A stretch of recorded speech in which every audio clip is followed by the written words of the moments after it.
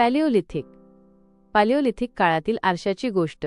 पॅलिओलिथिक काळातील सूर्य क्षितिजाच्या मागे मावळत असताना त्याची सोनेरी किरणे ओल्या मातीवर आणि जंगलातील पानांवर पसरली. एक शिकारी एकाकी आणि शांत, ना समूहाचा नेता ना सर्वात शक्तिशाली, झुडपांमध्ये काहीतरी चमकताना पाहतो. तो माणूस होता जो गोष्टी पाहत होता, जे इतरांच्या नजरेतून सुटून जात असे. थंड पाऊस आणि शिकारीच्या कमतरतेमुळे त्याचे कुटुंब नवीन ठिकाणी स्थलांतरित झाले होते. पण या सकाळी त्या ओल्या मातीत आणि राखेमध्ये काहीतरी चमकत होते, काहीतरी अप्राकृतिक. तो खाली वाकला. तिथे काळ्या मातीत अर्धा पुरलेला होता एक गुळगुळीत, चमकदार तुकडा. ज्वालामुखी काचेचा, ऑब्सिडियनचा. ऑब्सिडियन एक छोटासा भाग, कदाचित तुटलेल्या अवजारातून निघालेला किंवा नैसर्गिक शक्तींनी तयार झालेला. त्याला दगडांची माहिती होती, त्यांची कडा घासणे, धार लावणे, हे सर्व त्याला माहीत होते. पण हे काहीतरी वेगळेच होते. जसा त्याने तो तुकडा हातात फिरवला, तो क्षण आला, एक क्षण जो वेळ थांबवतो. ना हवा ना थंडी, फक्त त्या चेहऱ्यामुळे व्यत्यय आला, जो त्याला दगडात दिसला. आधी तो चमकला, घाबरला. त्याचेच डोळे त्याच्याकडे पाहत होते, प्रत्येक हालचालीची नक्कल करत होते. जेव्हा तो पापण्या मिटायचा, समोरची प्रतिमाही मिटायची. जेव्हा तो डोके झुकवायचा, समोरही तेच व्हायचे. त्याचे हृदय वेगाने धडधडू लागले. ही आत्मा आहे का? एखादा देव त्याला पाहत आहे का? की काचेच्या मागे लपलेला एखादा प्रतिस्पर्धी? तो मागे वळला. कोणी नव्हते. पक्षी आणि वाऱ्याव्यतिरिक्त जग शांत होते. हळूहळू त्याने पुन्हा पाहिले, तेच डोळे, तेच भुवयांजवळचे निशाण. त्याने कधी स्वतःला पाहिलेच नव्हते. ना कोणते चित्र, ना कोणताही आरसा, ना कोणती भाषा, ज्यामुळे तो स्वतःला समजू शके. त्याने दगडाच्या पृष्ठभागावरून हात फिरवला. चेहरा पुसट झाला, मग हळूहळू पुन्हा उमटला. तो तोच होता का? हा काही देखाव्याचा क्षण नव्हता. हा विचारांचा स्फोट, एक्सप्लोशन ऑफ थॉट होता. स्वतःला ओळखणे.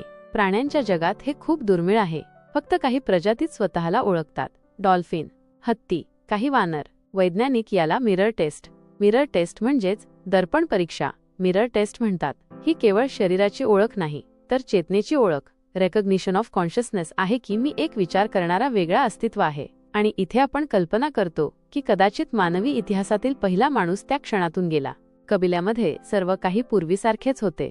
आग पेटलेली होती, मुले लाकडांनी खेळत होती, वृद्ध लोक औषधी वनस्पती बांधत होते. पण तो शिकारी आता पूर्वीसारखा नव्हता. त्याने तो ऑब्सिडियनचा तुकडा एका फरच्या कपड्यात गुंडाळून आपल्या कमरेच्या पिशवीत लपवला. जणू काही तो एखादा खजिना किंवा एखादे धोकादायक रहस्य असावे. रात्री जेव्हा बाकीचे सर्व झोपले, तो गुहेच्या कडेला शांतपणे गेला. पुन्हा दगड उघडला. आता भीती नव्हती, कुतूहल होते. अंधुक प्रकाशात चेहरा थोडा विकृत दिसत होता, पण आता त्याला समजत होते. त्याने आपल्या बोटाने आपल्या जबड्याच्या रेषेला स्पर्श केला आणि दगडात दिसणारा चेहराही तेच करू लागला.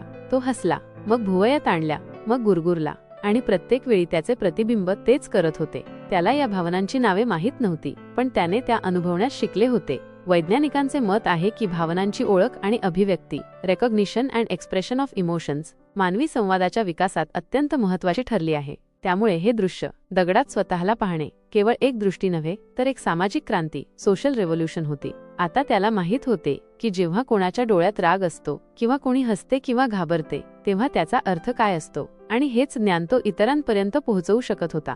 पण प्रत्येकजण हे समजू शकला नाही. सकाळी त्याने तो तुकडा एका मुलाला दाखवला. एक खोडकर आणि जिज्ञासू मुलगा. मूल हसले.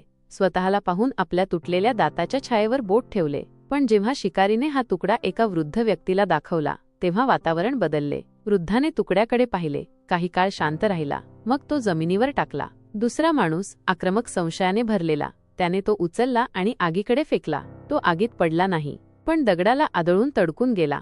का? कारण कदाचित त्यांच्यासाठी हा एक भ्रम होता, एखादा अपशकुन, एखादा दैवी आरसा. प्रत्यक्षात प्राचीन संस्कृतींमध्ये आरशाला रहस्यमय आणि धोकादायक मानले जात असे. मिरर्स वर considered mysterious and dangerous. Egyptian लोकांनी कांस्य धातूचे आरसे बनवले. ॲझटेक लोकांनी धार्मिक विधींमध्ये ऑब्सिडियनचा वापर केला. आफ्रिका आणि आशियाच्या अनेक भागांमध्ये असे मानले जात होते की प्रतिबिंब आत्मा दर्शवते किंवा त्याला कैद करू शकते. आरसे आत्म्याचे दरवाजे होते, भविष्य, नशीब आणि मृत्यूशी संबंधित. पण आपल्या कल्पित आदिमानवाने काहीतरी वेगळेच अनुभवले. जेव्हा सर्व झोपले, तो शांतपणे तुटलेला तुकडा उचलून आणला. आता भीती नव्हती, आश्चर्य होते. तो आता त्यात भूत पाहत नव्हता, स्वतःला पाहत होता. त्याचे वर्तन बदलले. आता तो इतरांच्या चेहऱ्यांकडे काळजीपूर्वक पाहू लागला. शिकारीपूर्वीचा ताण, शेकोटीजवळची शांतता, मुलांची जिज्ञासा, प्रत्येक भावना समजू लागला. कोणतीही स्पष्ट भाषा नव्हती, पण चेहऱ्यांनी एक नवीन भाषा शिकवली. येथूनच संवेदना, एम्पॅथी सुरू होते. वास्तविक इतिहासातही हेच बदल झाले. 1,00,000 वर्षांपूर्वी दक्षिण आफ्रिकेतील ब्लम्बोस गुहेत होमो सॅपियन्स रंगीत गेरूने वस्तू सजवायला सुरुवात केली. प्रतिकात्मक विचारांची सिम्बॉलिक थिंकिंग सुरुवात. नंतर गुहाचित्रे, मूर्ती आणि वाद्ये बनली. हे सर्व मानवी मी आहे आय एमच्या अभिव्यक्ती होत्या आणि आपल्या शिकारीचा दृष्टिकोन बदलला. आता तो अवजारे केवळ उपयोगासाठीच नव्हे तर सुंदरतेने बनवू लागला. तो हाडांवर रेषा करू लागला, कदाचित आठवणी ठेवण्यासाठी, कदाचित एका अज्ञात कॅलेंडरसारखे. तो आगीच्या ज्वाळा पाहत असे, धुराच्या नमुन्यांमध्ये अर्थ शोधत असे. मग एके दिवशी तो तुकडा हरवला. तो वेड्यासारखा शोधू लागला, ब्लँकेट्समध्ये, राखेमध्ये, सर्वत्र.